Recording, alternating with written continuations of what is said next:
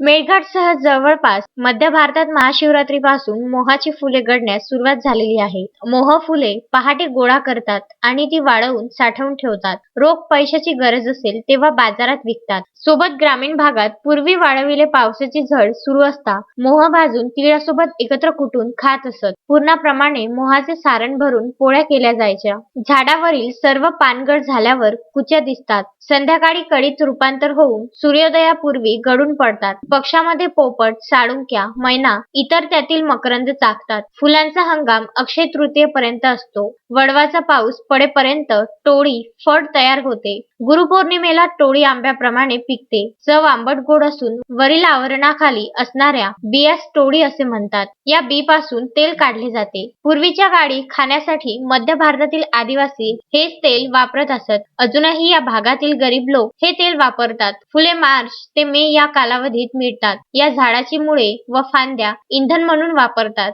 देवधर्मात औषधात मोह फुलांचा फार उपयोग होतो. या फुलांपासून दारू काढतात. यास आदिवासी मेळघाटात सिड्डू व मध्य प्रदेशात गपाई म्हटले जाते. काही महाभाग औषधीयुक्त असल्याने मुद्दामून व्याघ्र प्रकल्पाची वारी करून गंगा स्नान केल्याचे पुण्यपत्री पाडून घेतात. मोहाचे फूल पौष्टिक आहे म्हणून गरोदर बाईला आजारी माणसाला ते खायला देतात. मोहाने पोट भरते. मोह पथ्यावर चालते कारण मोह गरम आहे. मोहाने खोकला होत नाही. गुरांचा पौष्टिक चारा म्हणून शासनाची विक्री केंद्रे पण प्रत्यक्षात त्याचा वापर कशाकरिता होतो हे सुज्ञ वाचकास सांगणे न लागे. मोह झाडाला काही आदिवासी जमाती देव मानतात. या झाडाखाली त्यांचा देव मांडतात. बहुतेक आदिवासींचे सण धार्मिक कार्यक्रम या झाडाच्या फुलांपासून बनवलेल्या दारूशिवाय मोहाची दारू पूर्ण होत नाही. पोलो हा सण साजरा करून फुले गोळा करण्याला सुरुवात करतात. मोह हा उष्ण कोरड्या जमिनीत येणारा पानझडी वृक्ष आहे. ही भारतात उगवणारी एक आयुर्वेदिक वनौषधी फुले रेवती नक्षत्राच्या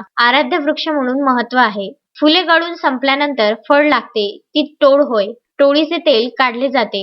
आयुर्वेदात या तेलाला महत्वाचे स्थान आहे. पूर्वी गावागावात तेलाचे घाणे असायचे. टोळ टाकून त्यात तेल काढून ढेप काढली जात होती. जनावरांसाठी अत्यंत पौष्टिक आहे. टोळीच्या आतील बियांपासून आंघोळीची साबणे तयार केली जातात. सोबत कीटकनाशक असल्याने फळझाडांना खत म्हणून वापरली जाते. मोहाचे झाड अत्यंत उंच असल्याने आणि तप्त उन्हाळ्यात सुद्धा हिरवेगार असल्याने या झाडाचे पर्यावरणीय दृष्ट्या सुद्धा अत्यंत मोठे महत्व आहे. अनेक प्राणी आणि पक्षी यांचे आश्रयस्थान मोह आहे. मोहाच्या झाडावर अनेक वानर येऊन मोह फुले खातात आणि नशा आली की झाडावर धिंगाणा करतात. अस्वल, गावठी डुक्कर, ससा, सांबर, नीलगाय, शेळ्या, गाई, बैल, हरिण हे सर्वच प्राणी मोहफुले खात असतात. आंबा हा महाराष्ट्राचे राज्य झाड आहे. परंतु आंब्याच्या तुलनेत मोह हा कल्पवृक्ष समजला जातो. संरक्षणाच्या दृष्टिकोनातून आंब्यापेक्षा मोह जास्त महत्वाचा असून यास राजाश्रय मिळावा अशी अपेक्षा निसर्गप्रेमी दुर्मिळ वृक्ष